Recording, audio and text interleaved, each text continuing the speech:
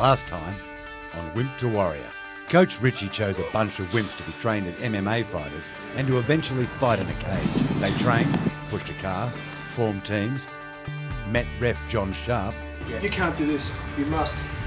Trained some more, had weddings and babies. Let's go. Did more training and met MMA fighter Mark Hunt. And I gained that respect for it.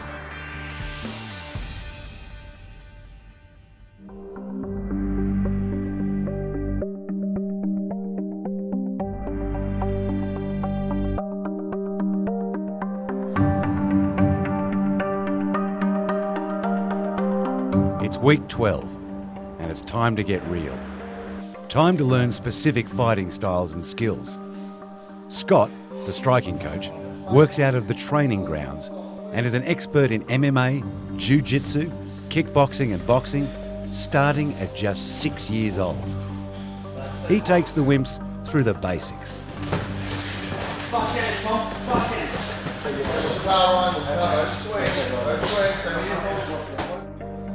Fabio is a state, national and Pan-Pacific champion in jiu-jitsu.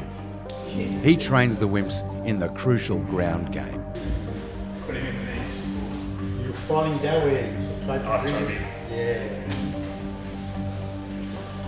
See how your knees point that way? Yeah. Since their break, it's like the wimps have returned with more zeal, more fire in their bellies. It seems to be becoming more real for them. The training takes on a new intensity.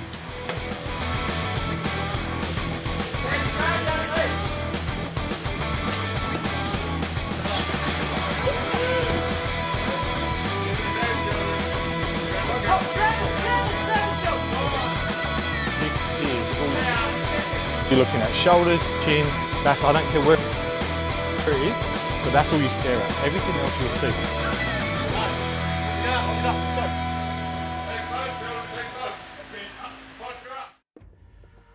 Well connected in the MMA world, Coach Richie invites Peter Graham to take the wimps for a training session. Yeah, so this morning's it's exciting for the guys. We're going to Peter Graham's gym. He's very well known in all combat sports basically in Australia. He's a national champion at karate, K1, kickboxing. He's got trophies after trophies after trophies. So he's a real ambassador to the sport, combat sport in general in Australia. I walked into a gym. Undefeated as an amateur, as a professional, Peter the Chief Graham has won multiple titles, including world titles in kickboxing, boxing and MMA. One of the most important things I think is an attitude.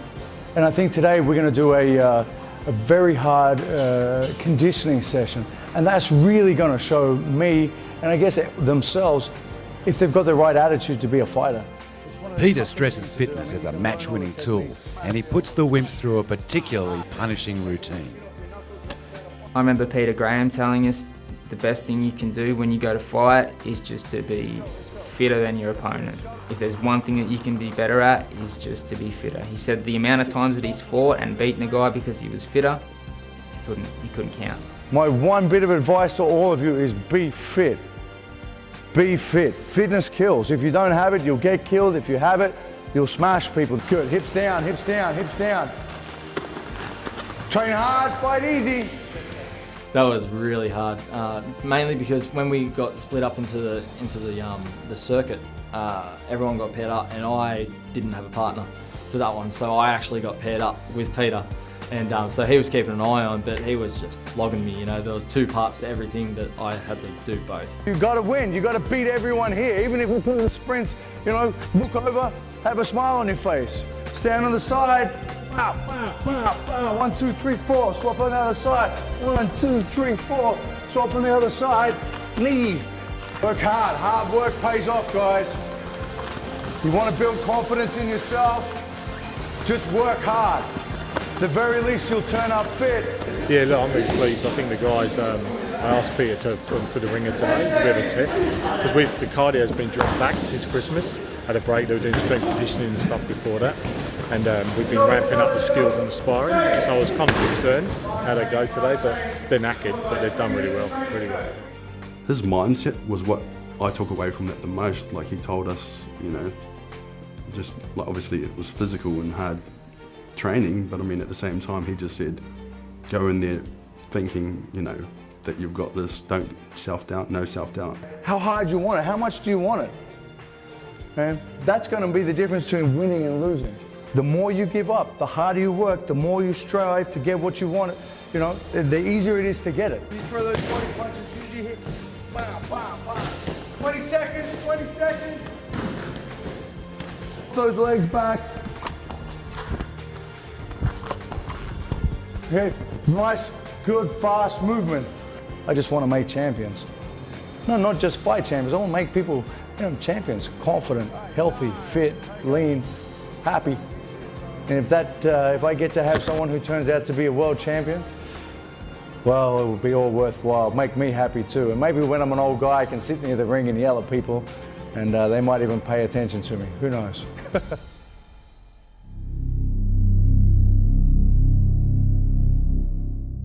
Predictably, injuries take their toll. Tonight's probably been the first night that I've been out, being a little bit more of a spectator, so viewing my other teammates and everything, having a bit of a role.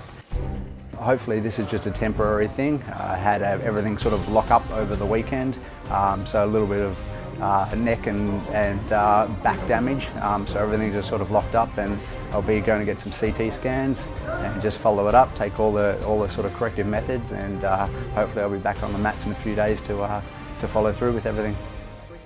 Heath is optimistic about his future. Despite his optimism, Heath will not return to Wimp to Warrior. Just got off the phone with Heath. He's out, unfortunately. He's got an injury. He's had an MRI. Doctors have told him he can't train for 6 months. So he's one of only 2 light heavyweights. So I'm going to have to look at Ryan now, who was going to be fighting, and maybe cut him down to middleweight. But it's unfortunate. I really like Heath. He's a good guy, very keen, but we've got to look after their safety, so he's out. For Josiah, Wimp to Warrior represents a positive experience in his life. I've got a lot of dreams, but after my music career kind of failed before it started, I fell in love with fighting and I want to pursue it. Josiah's been one of the guys that's been on a real journey through this process. He readily admits to being obsessive. Definitely. Not always with good results. Very much against me. I'm the kind of person that if I start to like something, I have to be at the extremes. So I wanted to get fit at one stage, so straight away I was into bodybuilding, supplements, spending hundreds of dollars into absolutely everything. He came to the series with, I guess you'd say, a fair bit of baggage. He's got a lot of history. He's had some real problems in his life growing up. Yeah, life hasn't always been easy. I've struggled with depression since a young age, and I had been suicidal for quite a while, and struggled with addiction. I've really seen him grow over the last sort of 10, 12 weeks, and I'm looking forward to seeing him progress even further. I think his focus is really coming into key now. He's training. You can really tell he's in the zone when he's training, whereas before he was a little bit all over the place. Meanwhile, Jimmy, he of the impossibly low body fat percentage, is bulking up on track. Or is he? When he first came in, we kind of looked at the guy and we thought he could snap at any point. So although he's pretty close to the weight that we'd be fighting at, but we needed to put some muscle on him, and he's doing that. His physique's really changing, so I think he'll have the ladies after him after this. I feel fine. It was a bit of a shock to get that body fat reading. USN have put me on a diet and some supplements. They put me on some protein and mass gainer stuff. So I been smashing that for a few weeks, and I'm starting to feel a lot more healthier, definitely. As well as the training's going, do have a slight issue at the moment. I decided to leave my job in recruitment because it's just, can't do it anymore. It's just the worst job in the world. So with my visa, I've got 30 days to find a new job or I'm kicked out of the country.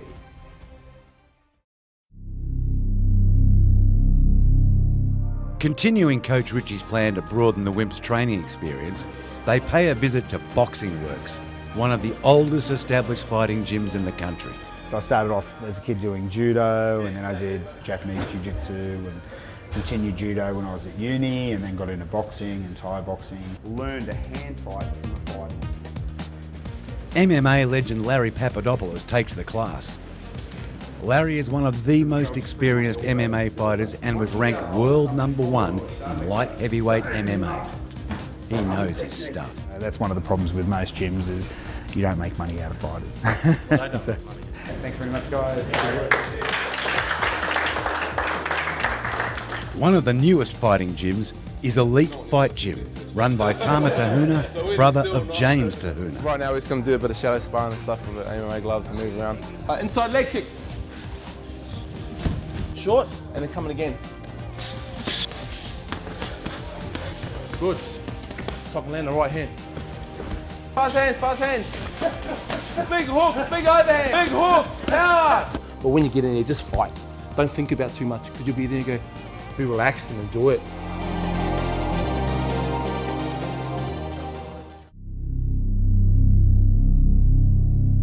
Yeah, about 10 minutes away. I'll let him know. Thanks, Hoyce.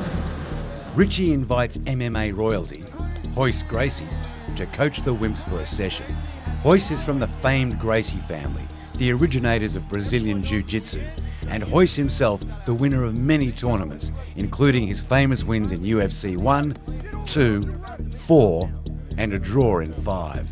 Today is an extremely special day for me. It's we got probably the biggest guest that I could possibly find for MMA, and that's Hoyce Gracie. He's pretty much the founder of what we're doing here today. It's a massive honour for me to have him at my gym and to train the guys, and I know the guys are super pumped for this. It's gonna be really interesting. So I'm actually really nervous to meet the guy. But it's going to be exciting. I can't wait to. I'm sure he's got little tricks that he's going to show the guys that I've never seen before. So it's great for me as well as the guys. I'm sure I'm going to learn heaps from him as well. Training with Hoyce Gracie was just an amazing experience. Some people consider him the god of MMA. And to get in there and not only get trained with him, to even roll with him, he even kicked me at one point. I was like, oh my God, Hoyce Gracie just kicked me. So that was cool. Starting young, his amateur record is 51 wins with only 3 losses. Passionate about his sport and life in general, he's an inspiration to the Wimps. That was an honour, an absolute honour to have him, and just walking around just critiquing what you're doing, and he's what started it all, pretty much. He is MMA. So if I shoot in like this, I'm walking into the power knee, the power hand. So it's easier for me to switch and square off with him, because when I shoot in, I'm going to tend to lean forward instead of lean backwards and be off balance. Meeting him and training with him, and he used me to demonstrate quite a few things as well during the seminar. That was just terrific. Obviously, just a gold mine of experience and knowledge. I don't want my head under his arm. He's going to go for the guillotine. So my head's on his shoulder. I'll pull the hip, push the shoulder, the head. Back just a little bit, right? So you have to pull her in and break her back, and break the ES. He was exactly what I wanted him to be. He told us about how important it is to not just fight and then go and get drunk and just train up when you need to train, but to live your life to be an athlete, to live your life to know that you have to be good at self-defense and you have to train hard. So that was amazing. Do you smoke? Do you drink? You're serving as example for the student. It's not just being a tough guy, but then you're out drinking. Really great person to learn under. And he had the Q&A session with him was phenomenal too, just seeing a good mindset for living, let alone mixed martial arts fighting. There's a lot of talented people out there, there's a lot of tough guys out there, but without the discipline to get up and train, they won't stay on top forever. You gotta get up and train. He conveyed his knowledge and he got down on the mat and was demonstrating with the guys. He's an amazing guy, and the talk he did after with the guys was fantastic. As the reality of fight night approaches, the promoter and coach Richie are compelled to change the rules in the interest of good matches and safety. It's decided to restrict the use of elbows and some kicks to the head. Not everyone's pleased. Elbows particularly can be an important weapon in the MMA fighter's arsenal. At the same time, injuries and dropouts force new matchups. To start off with, I was going to be fighting a welterweight, and I was a little bit, I was looking forward to putting on so much weight, getting a bit muscle and everything. Then it turns out that I was the closest in weight to the smallest competitor in the show, so I was going to fight below featherweight. I got offered a job in the production Les Miserables. I've loved the Wimp to Warrior experience, but at the same time I've got to follow my dream, which is to be a performer.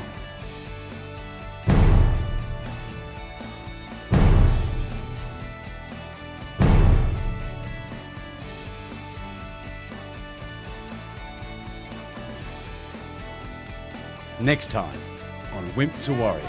The girl that I was supposed to fight dropped out on Friday. Will Richie find an opponent for Val in time? At the weigh-in, one of the Wimps doesn't meet their weight. Will they be allowed to fight? This is the official weigh-in for Wimp to Warrior. It is over, has not made weight just yet. You kick the ball. It's completely in your court. The ball is in your court at the moment. You can accept the fight as it stands. And the Wimps prepare to step into the cage for the very first time. First 10 seconds when they get punched in the face, they won't like that person in front of them at all. No matter how good friends they are, they'll be fighting for real.